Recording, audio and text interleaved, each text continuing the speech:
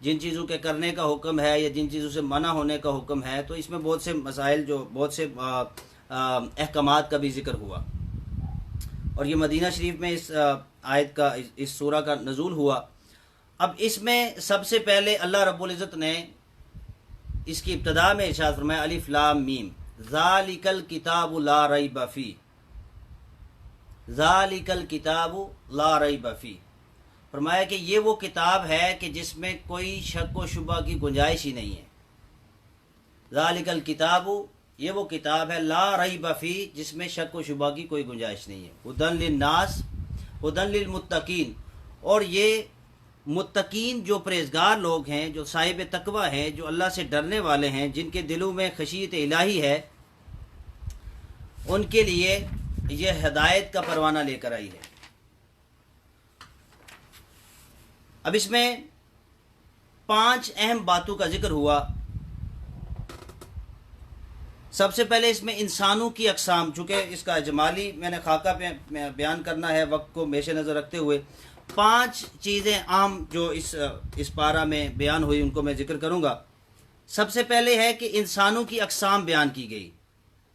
دوسرے نمبر پہ قرآن مجید فرقان حمید کا اعجاز بیان کیا گیا،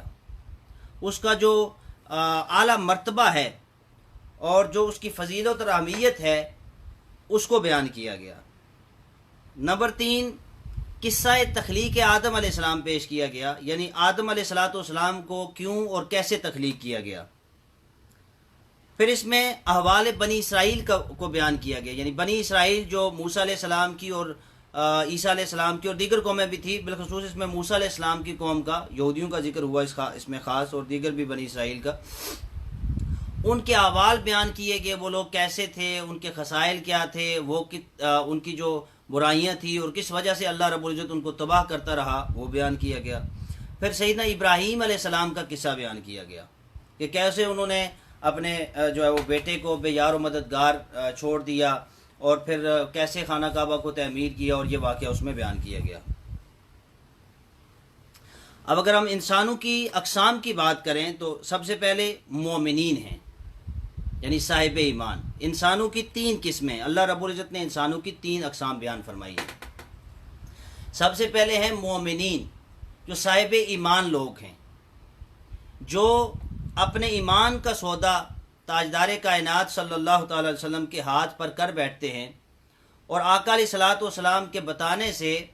حضور علیہ الصلوۃ والسلام پر ایمان لاتے ہیں، اور اللہ کی ذات پر بن دیکھے ایمان لاتے ہیں، ان کو مومن کہا جاتا ہے، صاحب ایمان لوگ۔ دوسری قسم ہے منافقین کی، جو لوگ اس دور میں جو منافقین تھے وہ بظاہر تو اسلام قبول کرتے تھے، لیکن اور پھر منافقین کی 2 قسمیں ہیں۔ ایک جو منافق ہے وہ یہ ہے کہ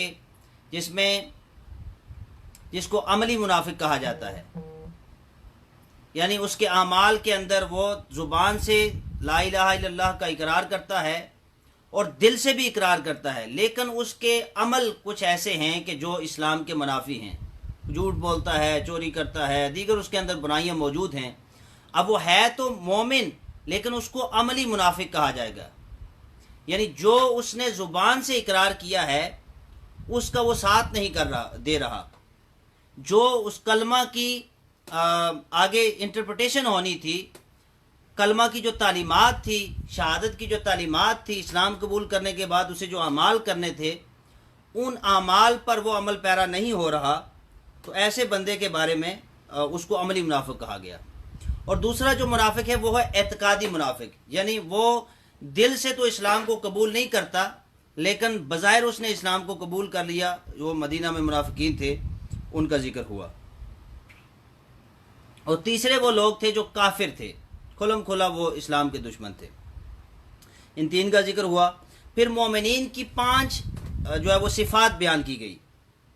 مومن کون سے انسان ہیں؟ سب سے پہلے مومن وہ ہے جو ایمان بالغیب رکھتا ہے، غیب پر ایمان لاتا ہے۔ جیسے ہم اللہ کی ذات کو دیکھ نہیں سکتے، لیکن ہم اس پر ایمان لاتے ہیں، تو اس کو ایمان بالغیب، یہ مومن کی پہلی صفت ہے۔ دوسری ہے اقامت الصلاۃ۔ جو مومن ہوتا ہے، صاحب ایمان ہوتا ہے، وہ نماز قائم کرتا ہے۔ نمبر 3 ہے انفاق۔ انفاق کا مطلب یہ ہے کہ خرچ کرنے والا، اللہ کی راہ میں، اللہ کی رضا کے لیے، اللہ اور اس کے رسول کی رضا کے لیے جب وہ خرچ کرتا ہے تو ایسا خرچ کرنا یہ مومن کی صفت بن جاتی ہے اور اس کی ایک کوالٹی گنی جاتی ہے۔ پھر اس کے بعد ہے ایمان بالکتب، قرآن مجید، فرقان حمید، زبور، تورات، انجیل اور جتنے صحائف اللہ رب العزت کی طرف سے ہدایت کے طور پر انبیاء کو اور مرسلین کو ملتے رہے، جن سے وہ انسانیت کی ہدایت کا فریضہ سر انجام دیتے رہے، تو ان ساری کتب پر ایمان لانا یہ ایک مومن کی نشانی ہے۔ اور آخری جو بات ہے وہ ایمان، یقین بالآخرہ، آخرت پر یقین کرنا، جو ڈے آف ججمنٹ ہے، یوم آخرت ہے، اس پر ایمان رکھنا کہ اللہ رب العزت ہمیں ہمارے اعمال کو دیکھ رہا ہے، اور اس دنیا میں جو ہم کر رہے ہیں اللہ رب العزت اس کو دیکھ رہا ہے، اور اس کی جزا و سزا آخرت میں ہمارے ساتھ ہونی ہے۔ پھر منافقین کی جو چند خصلتیں ہیں ان کو بیان کیا گیا۔ اب اس میں وہ بنی اسرائیل کے اندر یہ بہت زیادہ خصلتیں پائی جاتی تھی، اور آج کے مسلمانوں کے اندر بھی یہ بہت سی پائی جاتی ہیں، جس میں جھوٹ ہے، دھوکہ ہے، عدم شعور ہے، قلبی بیماریاں ہیں، یعنی قلب میں حسد ہے، بغض ہے، کینہ ہے، نفاق ہے، اور اسی طرح احکام الہی کا استہزاء ہے، یعنی اللہ اور اس کے رسول کے بتائے ہوئے رستوں پر نہ چلنا بلکہ ان کا ٹھٹھا مذاق کرنا، فتنہ و فساد ہے، جہالت ہے، ضلالت ہے، تذبذب وغیرہ ہے۔ تو یہ ساری چیزیں جو ہیں یہ ایک جو انسان منافق ہے اس کی یہ ساری علامات ہیں۔ اور پھر کفار کے بارے میں بتایا گیا کہ وہ ان کے دلوں پر مور ہے اور ان کے کانوں پر مور ہے اور ان کی آنکھوں پر پردہ پڑا ہوا ہے، وہ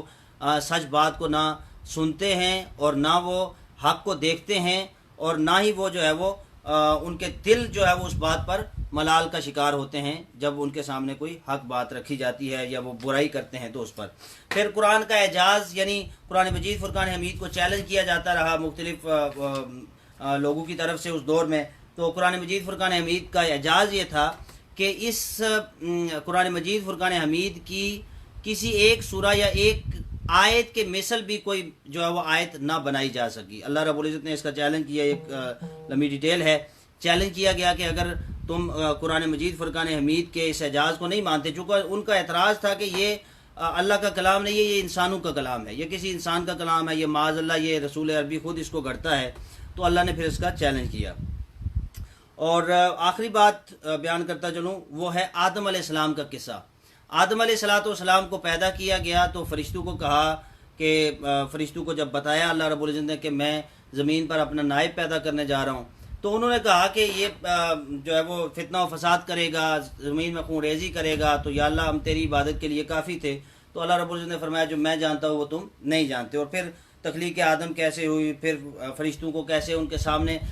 جو وہ سجدہ کرنے کا کہا گیا، اس میں ڈیٹیل موجود ہے۔ اللہ رب العزت ہمیں صحیح معنوں میں قرآن مجید فرقان حمید کو سماعت کرنے کی توفیق عطا فرمائے۔ ابھی انشاءاللہ حافظ صاحب آپ سے پہلا پارہ تلاوت کریں گے، انشاءاللہ وہ ڈیلی بیسس پہ ہر روز پہلے پارے کو تلاوت کیا کریں گے، ایک پارہ کو ہر روز تلاوت کریں گے، اور جو اس کی مختصر تفسیر ہے وہ انشاءاللہ ہم کل سے میں دوبارہ اس پہ شیئر کر دوں گا ڈیٹیل کہ ہم نے قرآن مجید فرقان حمید کی جو مختصر تفسیر ہے یہ اس کی تلاوت سے پہلے کرنی ہے یا بات کرنی ہے۔ اللہ رب العزت ہمیں قرآن مجید فرقان حمید کو پڑھنے، سمجھنے، اس پر عمل پیرا ہونے کی توفیق عطا فرمائے۔ اب جو میسج میں دوسرا لنک آپ کے ساتھ، ایک لنک میرا تھا میرے فیس بک پیج کا، اور دوسرا لنک جو آپ کے ساتھ شیئر کیا گیا تھا